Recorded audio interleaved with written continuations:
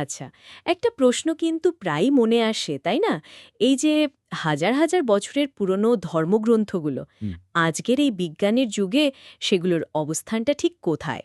হুম মানে ধর্ম আর বিজ্ঞান কি আসলেই মুখোমুখি? নাকি এদের মধ্যে অন্য কোনো সম্পর্কও থাকতে পারে? ঠিক, এই প্রশ্নটা অনেকের মনেই। আর আজকে আমরা এই নিয়েই কথা বলবো, তবে একটু অন্যভাবে।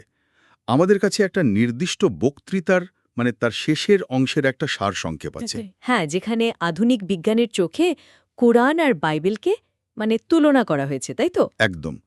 আজকের আলোচনার ফোকাস কিন্তু পুরোপুরি ওই উৎসটাই। আমাদের কাজ হবে ওই উৎসে যে যুক্তিগুলো দেওয়া হয়েছে, যে উদাহরণ, যে দাবি, আর শেষে যে সিদ্ধান্তে তারা পৌঁছেছে, সেগুলোকে যতটা সম্ভব বিস্তারিত আর নিরপেক্ষভাবে তুলে ধরা। ঠিক, আমরা কোনো পক্ষ নিচ্ছি না, শুধু উৎসটা কি বলছে সেটাই বোঝার চেষ্টা করছি। ঠিক তাই। কোনো বিচার নয়, শুধু বিশ্লেষণটা তুলে ধরা। বেশ, তাহলে চলুন শুরু করা যাক। এই উৎসের যুক্তির একেবারে গোড়াতেই একটা বেশ মৌলিক ধারণা রাখা হয়েছে। হ্যাঁ। সেটা হলো কোনো ধর্মগ্রন্থ কতটা সত্যি বা নির্ভুল তা যাচাই করার জন্য আম, বিজ্ঞানকে একটা মাপকাঠি হিসাবে ব্যবহার করা যেতে পারে। ব্যাপারটা একটু খুলে বলবেন? হ্যাঁ, উৎসের মূল যুক্তিটা আসলে বেশ সোজাসাপটা। ওরা বলছে, যদি ধরে নিই যে একজন স্রষ্টা আছেন যিনি এই বিশ্বজগৎ সৃষ্টি করেছেন, আবার ধর্মগ্রন্থও পাঠিয়েছেন, আচ্ছা। তাহলে তার পাঠানো গ্রন্থে এমন কিছু তো থাকার কথা না যা তারই সৃষ্টির নিয়মের বিরুদ্ধে যায়। প্রকৃতির যে নিয়মগুলো আমরা দেখছি তার সাথে কথার কোনো মৌলিক গরমিল থাকতে পারে না। ও আচ্ছা, স্রষ্টার কথা আর স্রষ্টার কাজ এই দুটোর মধ্যে মিল থাকতে হবে। একদম।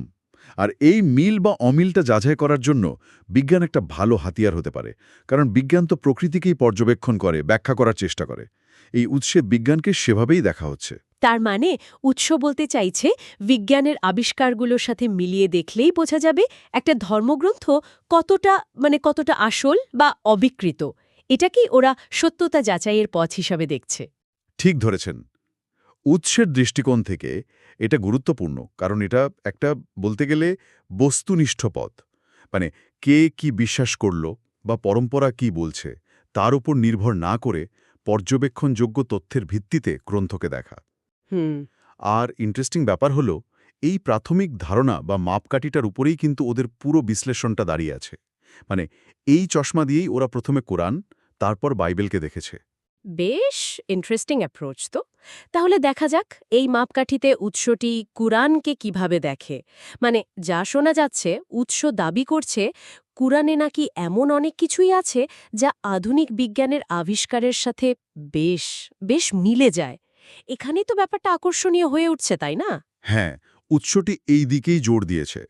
তারা বেশ কিছু সুনির্দিষ্ট উদাহরণও এনেছে। যেমন ধরুন, মহাবিশ্বের সৃষ্টি আর তার প্রসারণের ব্যাপারটা।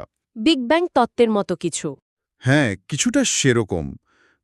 তারা বলছে কোরআনের কিছু আয়াতে নাকি এমন ইঙ্গিত আছে যে মহাবিশ্ব একটা বিন্দু থেকে শুরু হয়ে প্রসারিত হচ্ছে, যা আজকের বিগ ব্যাং থিওরি আর এক্সপ্যান্ডিং ইউনিভার্সের ধারণার সাথে বেশ মিলে যায় বলে তারা দাবি করে। যেমন সূরা আম্বিয়া বা জারিয়াতের কিছু আয়াতের কথা তারা উল্লেখ করে। বলেন কি, সপ্তম শতাব্দীর একটা গ্রন্থে বিগ ব্যাংয়ের ইঙ্গিত? এটা সত্যি হলে তো অভাবনীয় ব্যাপার। আর কি কি উদাহরণ আছে?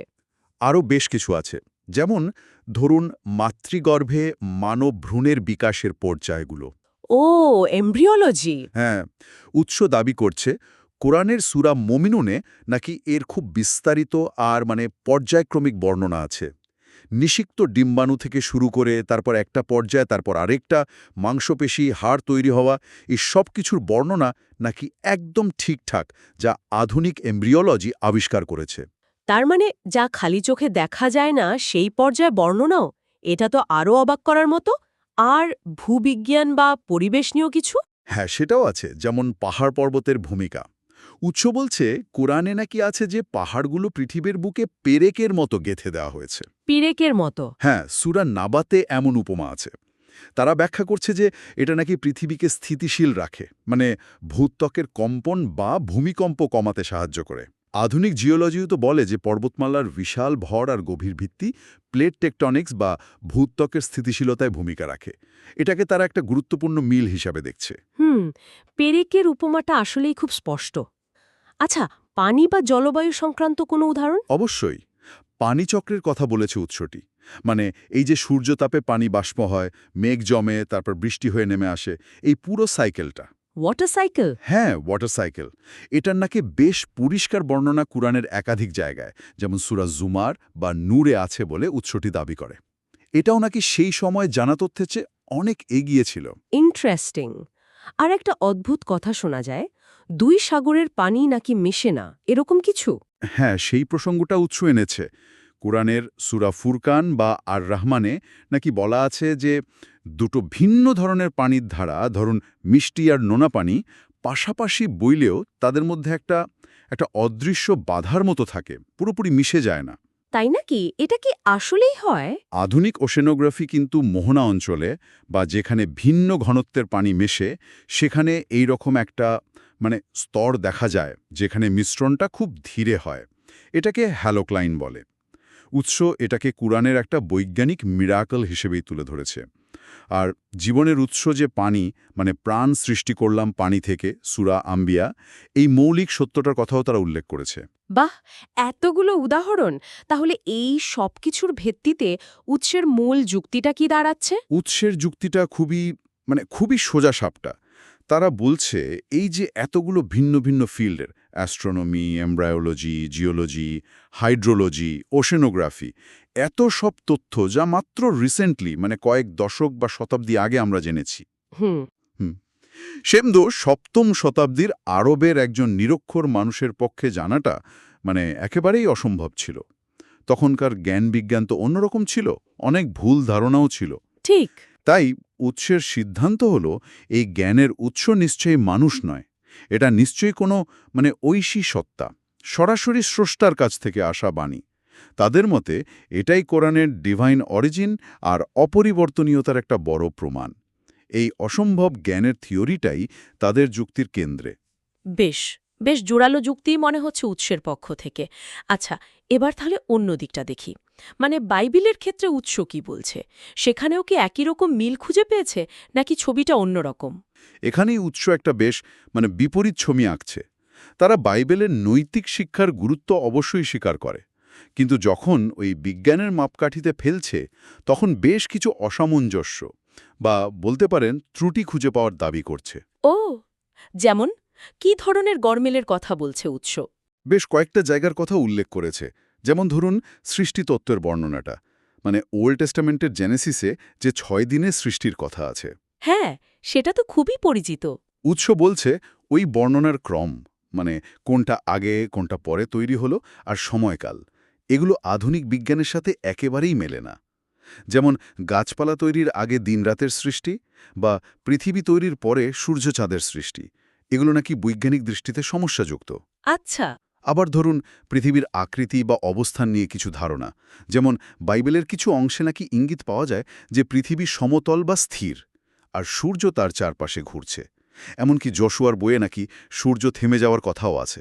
সূর্য থেমে যাওয়া? হ্যাঁ, উৎস বলছে এই ধারণাগুলো তো আধুনিক অ্যাস্ট্রোনমির একেবারে উল্টো। তার মহাবিশ্ব বা পৃথিবী সংক্রান্ত তথ্যে বেশ কিছু গরমিল খুঁজে পেয়েছে উৎসটা। আচ্ছা, জীববিদ্যা বা অন্য কোনো দিকে? হ্যাঁ, জীববিজ্ঞানের ক্ষেত্রেও কিছু অসঙ্গতির কথা বলেছেন। যেমন কিছু প্রাণীর শ্রেণীবিন্যাস, লেভিটিকাসে নাকি বাদুরকে পাখির তালিকায় রাখা হয়েছে। বাদুরকে পাখি? হ্যাঁ, উৎস বলছে এটা তো বায়োলজিক্যালি ভুল। এরকম আরও কিছু জৈবিক প্রক্রিয়া বা শ্রেণীবিন্যাসের বর্ণনা নাকি আধুনিক জীববিদ্যার সাথে মেলে না। আর পৃথিবীর বয়স নিয়েও একটা বড় অসঙ্গতির কথা বলেছে। বাইবেলের বর্ণনার ভিত্তিতে হিসাব করলে পৃথিবীর বয়স দাঁড়ায় প্রায় ৬,০০০ বছর। মাত্র ৬,০০০? হ্যাঁ, কিন্তু বিজ্ঞান তো বলছে প্রায় ৪.৫ বিলিয়ন বছর। পার্থক্যটা বিশাল। তাহলে উৎস এই যে এতগুলো অসামঞ্জস্যের কথা বলছে, এগুলোকে তারা ব্যাখ্যা করছে কিভাবে? কুরআনের ক্ষেত্রে তো সামঞ্জস্যকে ঐশী উৎসের প্রমাণ বলছিল, এখানে ব্যাখ্যাটা কি? উৎস অনুযায়ী বাইবেলের এই কথিত বৈজ্ঞানিক ভুল বা অসামঞ্জস্যগুলো আসলে ইঙ্গিত দেয় যে গ্রন্থটা সময়ের সাথে সাথে মানুষের হাতে সম্পাদিত হয়েছে, পরিবর্তিত হয়েছে, বা কিছু অংশ হয়তো বিকৃত হয়েছে। মানুষের হাতে পরিবর্তন? হ্যাঁ, তাদের যুক্তিটা হলো যদি এটা পুরোপুরি ঐশীবাণী হতো আর একদম অবিকৃত থাকত, তাহলে প্রকৃতির নিয়মের সাথে এতগুলো সরাসরি কন্ট্রাডিকশন থাকার কথা নয়। তারা মনে করে এই বৈজ্ঞানিক ত্রুটিগুলোই আসলে প্রমাণ করে যে বাইবেল তার আদিরূপে আর নেই, এতে মানুষের হাত পড়েছে। তবে এটা আবার মনে করিয়ে দিই, এই পুরো ব্যাখ্যা আর সিদ্ধান্ত কিন্তু ওই নির্দিষ্ট উৎসটিরই। তারাই এই অসামঞ্জস্যগুলোকে বাইবেলের মানবীয় বিবর্তনের প্রমাণ হিসেবে দেখছে।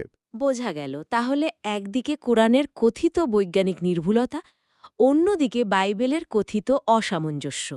উৎস এই দুটো ছবি তুলে ধরল। এরপর কি তারা ধর্ম আর বিজ্ঞানের সার্বিক সম্পর্ক নিয়ে কিছু বলেছে, বিশেষ করে ইসলামের দিক থেকে? কারণ একদিকে তো বিজ্ঞানকে মাপকাঠে বানাচ্ছে, আবার ধর্মগ্রন্থও বিশ্লেষণ করছে। হ্যাঁ, এই পয়েন্টটাও উৎসটি এনেছে। তাদের মূল কথা হলো যে ধর্ম সত্য, বিশেষ করে ইসলাম, তাদের যুক্তি অনুযায়ী সেটা কখনোই বিজ্ঞানের বিরোধী হতে পারে না, বরং উল্টো, সেটা নাকি জ্ঞান চর্চা আর বিজ্ঞান সাধনায় মানুষকে উৎসাহ দেয়, অনুপ্রেরণা যোগায়। তাই কিভাবে? কোনো উদাহরণ দিয়েছে? হ্যাঁ, তারা ইসলামের ইতিহাসের তথাকথিত স্বর্ণযুগের গোল্ডেন এজের কথা বলেছে, মানে প্রায় ৮ম থেকে 13th শতাব্দীর সময়টা। ও, সেই বিখ্যাত সময়টার কথা। ঠিক। উৎস বলছে সেই সময়ে বাগদাদ, কর্দোবা, কায়রোর মতো শহরগুলো ছিল জ্ঞান বিজ্ঞানের কেন্দ্র। মুসলিম বিজ্ঞানীরা তখন গণিত, চিকিৎসা, জ্যোতির্বিদ্যা, পদার্থবিদ্যা, রসায়ন, মানে প্রায় সব শাখাতেই অসাধারণ কাজ করেছিলেন। কিছু বিখ্যাত নাম কি উল্লেখ করেছে? হ্যাঁ, অবশ্যই। যেমন আল খোয়ারিজম, যিনি অ্যালজাব্রা আর অ্যালগরিদমের ধারণা দিয়েছেন। ইবনে সিনা, যার লেখা মেডিসিনের বই আল কানুন ইউরোপে কয়েকশো বছর ধরে পাঠ্য ছিল। হ্যাঁ, এনাদের নাম তো শুনেছি। আরও আছেন, যেমন আল বিরুনি, ভূগোল, গণিত, অ্যাস্ট্রোনমি সবকিছুতেই পণ্ডিত। ইবনে আল হাইসাম বা আল হাজেন, যিনি অপটিক্স বা আলোক বিজ্ঞানের ভিত্তি গড়েছিলেন। এরকম আরও অনেকে। উৎসটির দাবি হল এই বিজ্ঞানীরা নাকি কোরআন থেকেই অনুপ্রেরণা পেয়েছিলেন। কোরআনের জ্ঞান আর তার যে অনুসন্ধিৎসার ডাক, সেটাই নাকি তাদের গবেষণার দিকে ঠেলে দিয়েছিল। এদের হাত ধরেই নাকি প্রাচীন গ্রিক জ্ঞানও সংরক্ষিত হয়েছিল, যা পরে ইউরোপের রেনেসা আর আধুনিক বিজ্ঞানের উত্থানে কাজে লেগেছে। উৎস কি কোরআনের কোনো নির্দিষ্ট আয়াত বা নির্দেশের কথা বলেছে যা এই বিজ্ঞান মনস্কতাকে সমর্থন করে? হ্যাঁ, বলেছে। তারা বিশেষভাবে সূরা আল ইমরানের একটা আয়াত 391 কা উল্লেখ করেছে, যার মানেটা অনেকটা এরকম যে বুদ্ধিমান তো তারাই যারা আল্লাহকে স্মরণ করে আর আকাশ ও পৃথিবী সৃষ্টি নিয়ে গভীরভাবে চিন্তা গবেষণা করে আর বলে যে হে প্রভু, এসব তুমি শুধু শুধু সৃষ্টি করনি। চিন্তা গবেষণা করার কথা বলা হচ্ছে। একদম। উৎস বলছে কোরআন সরাসরি মানুষকে অবজার্ভ করতে বলছে, সৃষ্টি নিয়ে ভাবতে বলছে, গবেষণা করতে বলছে, প্রমাণ খুঁজতে বলছে। তাদের মূল মেসেজটা হলো ইসলামে বিশ্বাসটা অন্ধ অনুকরণের উপর ভিত্তি করে নয়, বরং জ্ঞান, যুক্তি, পর্যবেক্ষণ আর প্রমাণের উপর ভিত্তি করা উচিত। তাই সঠিক নিয়তে বিজ্ঞান চর্চা করাটাও একটা ধর্মীয় দায়িত্বের মধ্যে পড়তে পারে। বাহ! একদিকে যেমন বৈজ্ঞানিক তথ্যের মিল অমিল খোঁজা হচ্ছে, তেমনি ধর্মগ্রন্থ নিজেই বিজ্ঞান চর্চায় উৎসাহ দিচ্ছে কিনা সেটাও দেখছে উৎসটি। বেশ বেশ গভীর বিশ্লেষণ। আচ্ছা, তাহলে আলোচনার প্রায় শেষে এসে উৎস কি কোরআন আর বাইবেলের মধ্যে একটা ফাইনাল সামনাসামনি কোনো তুলনা করেছে? আর তাদের শেষ কথা বা সিদ্ধান্তটা ঠিক কী ছিল? হ্যাঁ, একদম শেষে উৎস একটা পরিষ্কার তুলনামূলক চিত্র দিয়েছে এবং একটা চূড়ান্ত সিদ্ধান্তে পৌঁছেছে। একটা টেবিলের মতো করে তারা বেশ কয়েকটা প্রধান বৈজ্ঞানিক পয়েন্টে দুটি বয়ের অবস্থান দেখিয়েছে। যেমন কয়েকটা মূল পয়েন্ট যদি বলেন, হ্যাঁ, যেমন ধরুন মহাবিশ্বের সৃষ্টি নিয়ে বাইবেলের 6 দিনের বর্ণনাকে তারা বিজ্ঞানের সাথে অসামঞ্জস্যপূর্ণ বলেছে, আর কোরআনের বিগ ব্যাং বা প্রসারণের ইঙ্গিতকে সামঞ্জস্যপূর্ণ বলেছে। আচ্ছা, পৃথিবীর আকৃতি নিয়ে বাইবেলে নাকি সমতল বা স্থির পৃথিবীর ধারণা পাওয়া যায়, যা ভুল, আর কোরআনে নাকি গোলাকার বা ডিম্বাকৃতির দাহাহা আর ঘূর্ণায়মান হওয়ার ইঙ্গিত আছে, যা সঠিক। সূর্যচন্দ্র? বাইবেলে সূর্য থেমে যাওয়ার কথা আছে, যা অবৈজ্ঞানিক। কোরআনে নাকি আছে যে সূর্যচন্দ্র দুটোই নিজের কক্ষপথে চলছে, ইয়াসবাহুন, যা আধুনিক অ্যাস্ট্রোনমির সাথে মেলে। ভ্রূণতত্ত্ব? বাইবেলের বর্ণনাকে অস্পষ্ট বা ভুল বলেছে উৎসটি, আর কোরআনের বর্ণনাকে বলেছে খুবই পর্যায়ক্রমিক এবং আধুনিক বিজ্ঞানের সাথে একদম মিলে যায়। পানিচক্র? প্রাণীজগৎ? পানিচক্রের স্পষ্ট বর্ণনা বাইবেলে নেই, কোরআনে আছে এবং সঠিক। প্রাণীজগতে বাইবেলে কিছু শ্রেণীবিন্যাস, যেমন বাদুরকে পাখি বলা, ভুল। কোরআনে তেমন ভুল নেই, এই রকম দাবি করেছে উৎসটি। তাহলে এই তুলনার পর উৎসের ফাইনাল ভার্ডিক্ট বা রায়টা কি? উৎসের সিদ্ধান্ত খুবই মানে ক্লিয়ার কাট। তাদের মতে আধুনিক বিজ্ঞানের যে কঠোর পরীক্ষা, তাতে কোরআন প্রায় সব ক্ষেত্রেই সফলভাবে পাশ করেছে। আর এটাই নাকি এর ঐশী উৎস আর অপরিবর্তনীয়তার একটা বিরাট প্রমাণ। আর বাইবেল? আর বাইবেল তাদের মতে অনেক ক্ষেত্রেই এই পরীক্ষায় ব্যর্থ হয়েছে, যা নাকি প্রমাণ করে যে এটা সময়ের সাথে সাথে মানুষের দ্বারা পরিবর্তিত হয়েছে, এর মূল বাণীটা আর সম্পূর্ণ অক্ষত নেই। যদি আমরা পুরো আলোচনাটাকে একটু বড় ক্যানভাসে দেখি, উৎসের এই শেষ কথাটা তাদের আগের যুক্তিগুলোর সাথে কিভাবে মিলছে, মূল বার্তাটা কি তাহলে? মূল বার্তাটা হল কোরআনের এই যে আশ্চর্য বৈজ্ঞানিক সামঞ্জস্য, যা ১৪০০ বছর আগের মানুষের জানার কথা নয়, এটাই এর সবচেয়ে বড় মিরাকল। এটাই এর ডিভাইন অরিজিনের প্রমাণ। আচ্ছা, উৎস মনে করে যেহেতু বিজ্ঞান প্রকৃতির নিয়মকেই বের করে আনছে আর কুরআন সেই নিয়মগুলোর সাথে মিলছে, তাই কোরআন নিশ্চয়ই তারই বাণী, যিনি এই প্রকৃতি সৃষ্টি করেছেন। আর যেহেতু এটা ঐশী বাণী, তাই এটা চিরন্তন, সব সময়ের জন্য প্রাসঙ্গিক। এটাই হলো উৎসের, বলতে গেলে একেবারে নির্যাস বা বটম লাইন। তবে আবারও মনে রাখতে হবে, এই পুরো বিশ্লেষণ, এর পদ্ধতি, এই সিদ্ধান্ত সবই কিন্তু ওই নির্দিষ্ট উৎসটির নিজস্ব ব্যাখ্যা। তাহলে আজকের এই যে আমরা গভীরে গেলাম, এখান থেকে মূল কি পেলাম? আমরা দেখলাম একটা নির্দিষ্ট উৎস কিভাবে আধুনিক বিজ্ঞানকে একটা লেন্স হিসেবে ব্যবহার করে দুটো প্রধান ধর্মগ্রন্থ, কোরআন আর বাইবেল, এর দিকে তাকিয়েছে। তাদের বিশ্লেষণে উঠে এসেছে কোরআনের সাথে বিজ্ঞানের বেশ কিছু মিলের কথা, যা উৎসটির এর ঐশী উৎসের পক্ষে যুক্তি হিসেবে দেখাচ্ছে। আবার বাইবেলের ক্ষেত্রে কিছু বৈজ্ঞানিক গরমিলের কথা বলছে, যা তাদের ব্যাখ্যায় মানুষের পরিবর্তনের ইঙ্গিত দেয়। আমরা চেষ্টা করলাম উৎসের ভেতরের যুক্তি, উদাহরণ, সিদ্ধান্তগুলো যথাসম্ভব নিরপেক্ষভাবে তুলে ধরতে, কোনো ব্যক্তিগত মতামত বা রায় ছাড়াই। একদম। আর এই উৎসের শেষ কথাটা কিন্তু আমাদের আরও গভীর প্রশ্নের সামনে দাঁড় করায়, তাই না? তারা যেমনটা বলছে যে বিজ্ঞান ভবিষ্যতে যত এগোবে, কোরআনের নাকি আরও নতুন নতুন সত্যতা ততই বেরিয়ে আসবে। হ্যাঁ, এইরকম একটা দাবি তো তারা করেছে। এই দাবিটা সত্যি হোক বা না হোক, এটা একটা বড় প্রশ্ন তুলে ধরে, যা উৎসটি হয়তো সরাসরি না বললেও সামনে এনেছে। এই যে ২১ শতকে আমরা আছি, যেখানে বিজ্ঞান আর প্রযুক্তি আমাদের জীবনকে প্রতিনিয়ত নতুন রূপ দিচ্ছে, সেখানে বিশ্বাস বা ফেইথ আর পরীক্ষামূলক প্রমাণ বা এম্পেরিক্যাল এভিডেন্স, এই দুটোর মধ্যে সম্পর্কটা আসলে কেমন হওয়া উচিত, কতটা স্বাস্থ্যকর হওয়া উচিত? খুব গুরুত্বপূর্ণ প্রশ্ন। বিজ্ঞানের এই যুগে দাঁড়িয়ে হাজার হাজার বছরের পুরনো এই ধর্মগ্রন্থগুলোকে আমরা কিভাবে দেখব, কিভাবে বুঝব, কিভাবে মূল্যায়ন করব? এই প্রশ্নগুলোর উত্তর খোঁজা হয়তো আজকের আলোচনা শোনার পর অনেকের জন্যই একটা নতুন চিন্তার খোরাক হতে পারে।